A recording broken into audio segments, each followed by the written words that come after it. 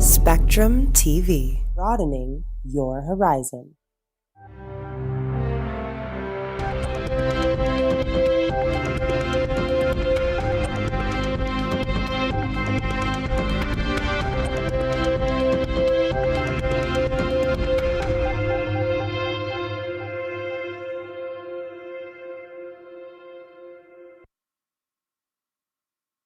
Hello and welcome to Spectrum News at 2. I am Francis Adet, coming to you live from the beautiful hills of Ibiakuran. Let's take a look at the headlines. Federal government to ground 91 private jets over alleged refusal to pay over 30 billion naira import duties.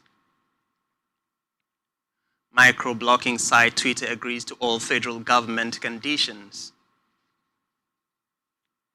Canada detects first cases of Omicron variant into travelers from Nigeria. Details of these stories and more in a moment.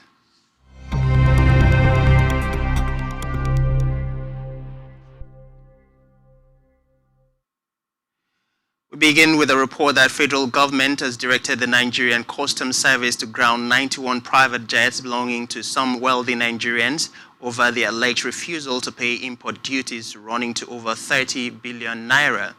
Reports say the Comptroller General of Customs, retired Colonel Hamid Ali, following a directive from the presidency, has written a letter to the Nigerian Civil Aviation Authority, the Federal Airport Authority of Nigeria, and the Nigerian Airspace Management Agency, asking the agencies to ground the affected private jets with immediate effect. The letter was addressed to the Director General NCAA, Captain Musa Nuhu, Managing Director FAAN, Captain Rabiu Yadudu, and the Managing Director NEMA, Captain Fola Akinkutu.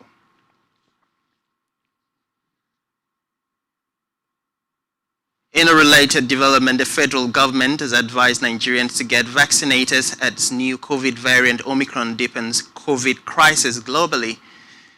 The government made the call through the Nigeria Center for Disease Control. According to a statement signed by the NCDC Director General, Ifedayo Adetifa, the body said it was monitoring emerging evidence on the new COVID-19 variant Omicron, which was first recently identified in South Africa, adding that the fears about its ability to evade protective immune responses or its being vaccine resistant are only theoretical so far.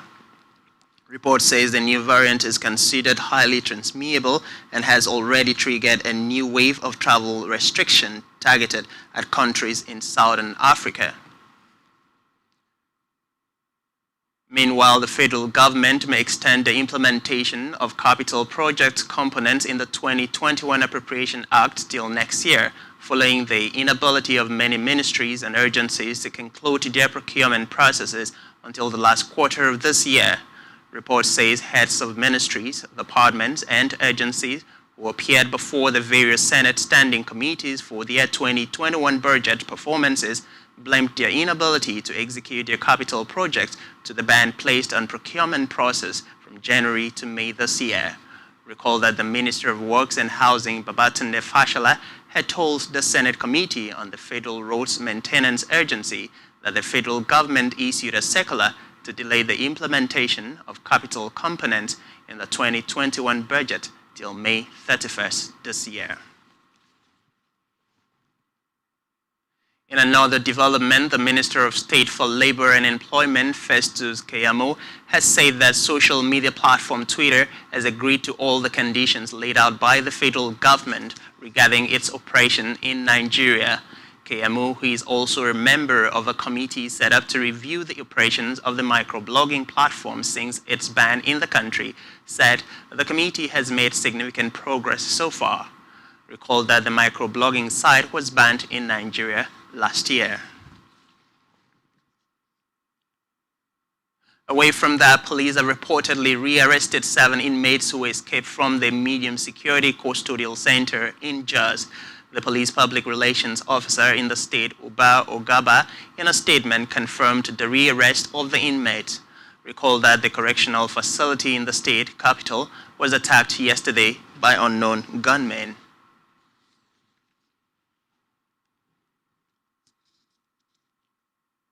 In a new development, the Socio-Economic Rights and Accountability Project SERAP has asked the Federal High Court in Abuja to compel President Muhammadu Buhari to ensure the arrest of security operatives involved in the shooting of peaceful NSAS protesters at the Lekki toll gate and police brutality cases.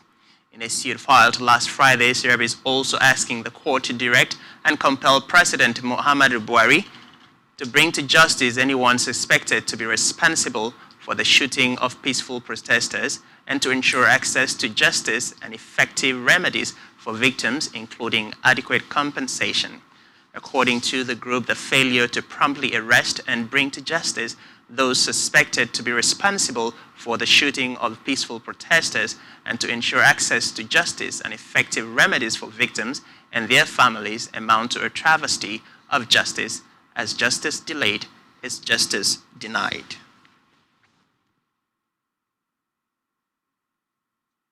On legislative matters, Speaker of the House of Representatives Femi Gbajabiamila has identified youth empowerment among major factors that determine the development of the country.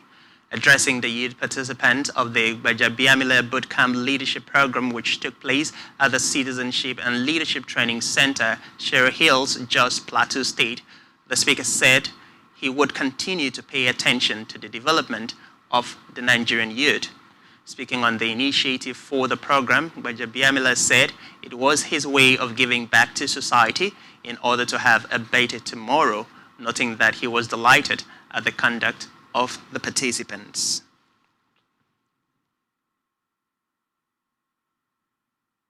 To the Niger Delta, the Minister of Niger Delta Affairs, Senator Godswill Akpabio, has visited the national leader of All Progressive Congress, APC, Asiwaju Ahmed Tinubu, to condole with him and the Lagos state government over the IKOYI building collapse in the state recently. Speaking to newsmen about the visit, Akpabio thanked God for the successful medical trip of the former governor of Lagos state and APC leader and the repose of the souls of those who lost their lives in the recent building collapse. He therefore prayed God that such will never happen again in Nigeria. Away from that, a co-defendant with alleged billionaire kidnap kingpin CHIEMEKA, popularly known as Evans, CHIEMEKA ARINZE, has allegedly died in prison custody. Evans is standing trial alongside Joseph Emeka, CHIEMEKA ARINZE, and Udeme Ukpong over the attempted kidnap of Chief Vincent Obianodo, the chairman of the Young Shall Grow Motors, before Justice Oluwatoyin Taiwo of Ikeja Special Offense Court.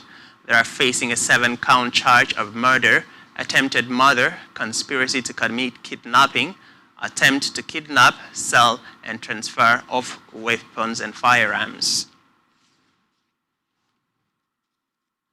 In another development, the state says hundreds have been rendered homeless after an infamous swept through an overcrowded settlement in Port Harcourt, Rivers State. The incident, which occurred over the weekend at the Elechi waterside in the state capital, is said to have been caused by an electrical spark from one of the makeshift buildings in the slump before spreading to other structures. Meanwhile, the Rivers State government says it is investigating the cause of all the incidents, adding that it will seize any property or land upon which an illegally refined petroleum product is found to have sparked a fire outbreak. Report says this is the 4th fire outbreak to be reported in the state capital in 1 week.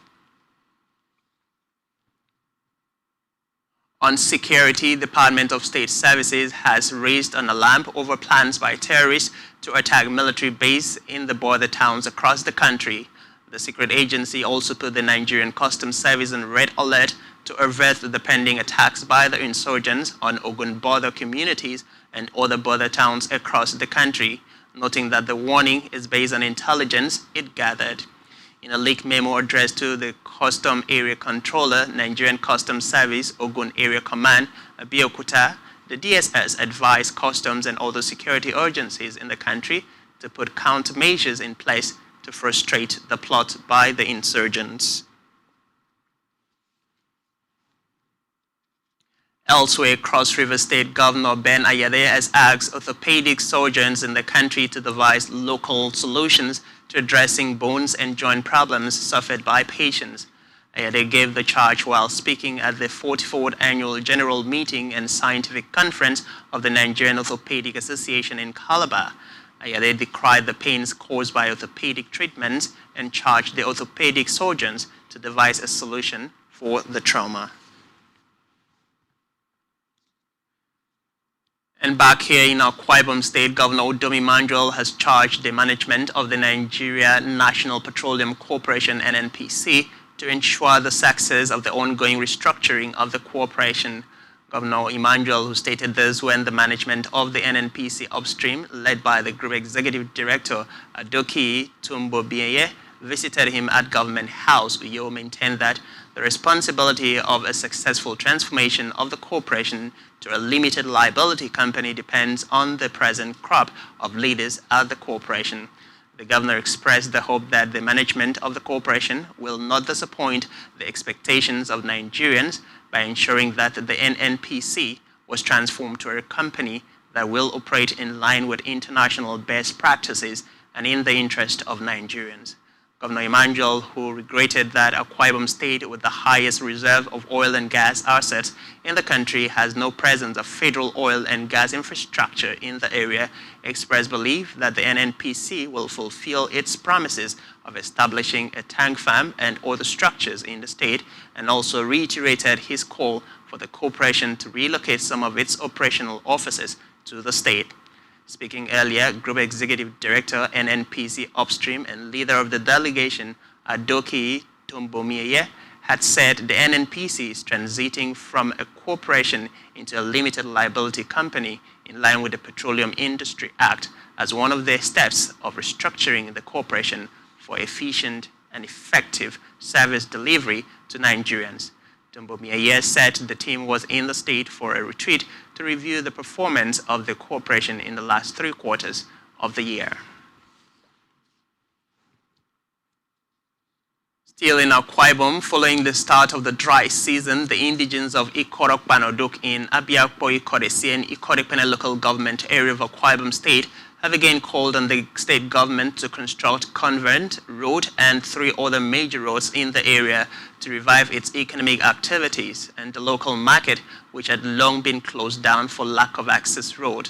Speaking with Spectrum Television, the residents of the area lamented that the impact of the dilapidated road have crippled all forms of economic activities in the area, adding that the road, which have now become forest routes, have attracted all forms of crimes in the area. They pleaded for the state government's intervention to help reduce the suffering of the people. According to reports, the market called ESSIEN Market along Convent Road was operated by residents from 3 major villages, ARIAKPO in Ikorok, Itak and Ndiya villages, both in Ikono local government area, cutting across 2 local government areas. The market has been closed for months because Convent Road, where the market is, can no longer be accessible and has become a forest route for criminals. Chief Sunday Matthew Abaniyangudo. My name is Chief Sunday Abaniyangudo. I am the Assistant Village Secretary of ARIAKPO Ikorok and the Family Advisor of Ikorok, where this road is. It is pathetic for us who live here. Along this road is the ESSIEN Market, also called Mbiam Market, sold by the people of ARIAKPO, Itak and Ndiya. It is sad that there is no road to access that market anymore. The road has become bushy. If we try to use the road to go to Ndiya village, some hoodlums will block and rob us. The people of Ndiya can no longer come here to sell their goods. So we plead with government to come to our aid, because we have tried as a village, but we no longer have the strength to handle it. We have a very serious problem in this village. There was a market along this road, but because of road, we couldn't go to that market again. The market became closed. We need the help of government to construct the road for our women to be able to go to their farms and the market to sell and ease survival. So I plead with government to come to our aid and make the road accessible. The residents of Ikoropanodok pleaded government's intervention to construct the road and other adjoining areas, including Igbong Road, Etogowo Road, and Waterworks Road. In Africa, Ethiopia has allegedly denied it staged an attack over the weekend along its shared borders with Sudan, blaming unrest in the disputed zone on rebels from its war-hit Tigray region. Sudan military said several soldiers had been killed in an attack by armed groups and militias linked to the Ethiopian military in the fatal expense known as Al-Fashaq.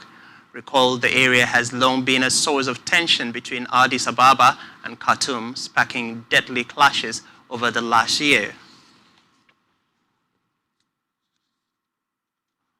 On the foreign scene, Canada has announced that it has detected its first cases of the new Omicron strain of COVID in 2 people who had traveled recently to Nigeria. The government of Ontario confirmed that the 2 cases are in the capital, Ottawa. According to federal and Ontario officials, both patients are in isolation while public health authorities trace their possible contacts. Still on the foreign scene, British Health Security Agency has confirmed the detection of a 3rd case of the Omicron coronavirus variant. This comes after the government set out measures in response to the variant, including mandatory face masks in shops and on public transport in England. Also effective tomorrow, the government's website will instruct all passengers entering the UK to take a PCR test for COVID-19 2 days after their arrival and to self-isolate until they receive a negative result. In a related development, European Union says governments are facing a race against time to understand a new heavily mutated COVID-19 variant spreading across the globe, shortening borders and renewing curbs. Indonesia reportedly announced similar entry restrictions yesterday, and Angola became the first Southern African country to suspend all flights from its regional neighbors, Mozambique, Namibia, and South Africa. The strain, which is dubbed Omicron, is said to be casting doubt on global efforts to battle the pandemic due to fears that it is highly infectious, forcing countries to reimpose measures many had hoped were a thing of the past. European Commission Chief Ursula von der Leyen said vaccine manufacturers needed 2 to 3 weeks to get a full picture of the quality of the mutation. Still to come in the news, Anthony Joshua considers stepping down for Fury USYK. Stay with us.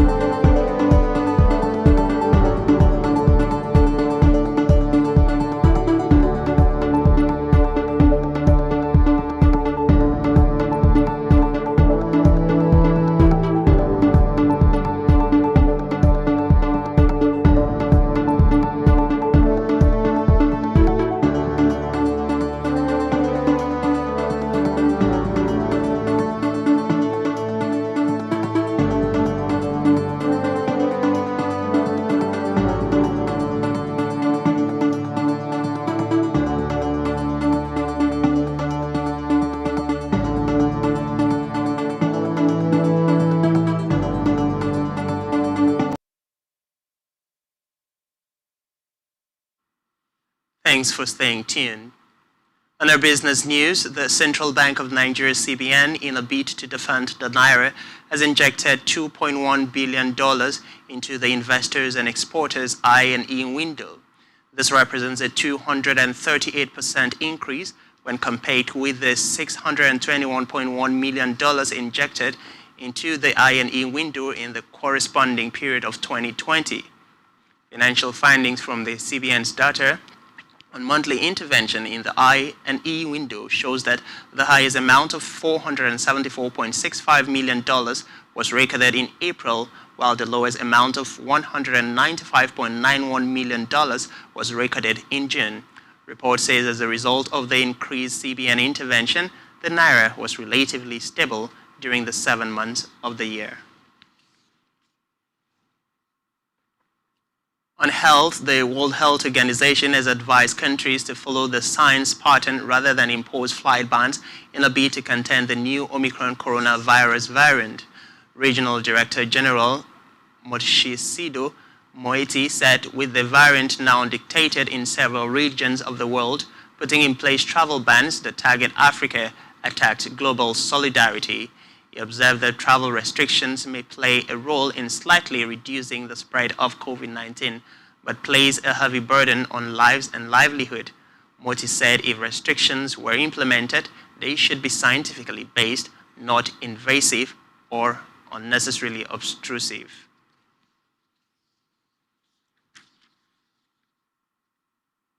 Still on health, the president of the African Development Bank, Akiwumi Adesina, is advocating equitable distribution of COVID-19 vaccines globally. Adesina stated this in a tweet following the travel ban imposed on southern African countries by the United Kingdom, the United States, the European Union, and some Asian countries as part of an emergency response to the recently discovered COVID-19 strain first detected in South Africa. He reminded world leaders that Africa was not the source of the coronavirus as it was first discovered in Wuhan, China, some 2 years ago. Adesina also said Africa should not be punished for the Omicron COVID-19 variant and other mutations that occur randomly anywhere in the world. On a COVID-19 update, 110 new COVID-19 cases have been confirmed by the Nigerian Center for Disease Control in the last 24 hours. The fresh infection comprises 27 new cases in Imo, 23 in Katsina, 20 in Rivers State, 11 in Ondo, 9 in Kaduna, 6 each in the FCT and Oyo, 3 in Plateau State, 2 in Oshun, and 1 each in Ekiti, Gombe, and Zamfara. This puts the total number of the confirmed infections in the country at 214,092. 207,554 persons have so far been discharged, while 2,976 have died from the virus. In sports, Anthony Joshua says he would consider stepping aside to let Alexander Usyk fight the unified heavyweight world champion Tyson Fury. Joshua will fight Usyk for a second time next spring after losing his WBA, WBO, IBF, and IBO belt on a unanimous points decision in front of a sell-out crowd at London's Tottenham Hotspur Stadium in September. Joshua is adamant on getting his revenge, having told his promoter Eddie Hearn to thrash out terms with Usyk, admitting that he would be open to step aside if it made sense financially. On our entertainment news, Nigerian singer Ayo Balogun, popularly known as WYZKID, and Temilade Openiyi, also known as Tems, got the crowd buzzing at the O2 Arena in London as they performed their hit song Essence. The O2 Arena, which has the capacity to hold 20,000 persons, was filled up as excited fans sang along during the performance. Report says the performance took place as part of the activities of WYZKID concert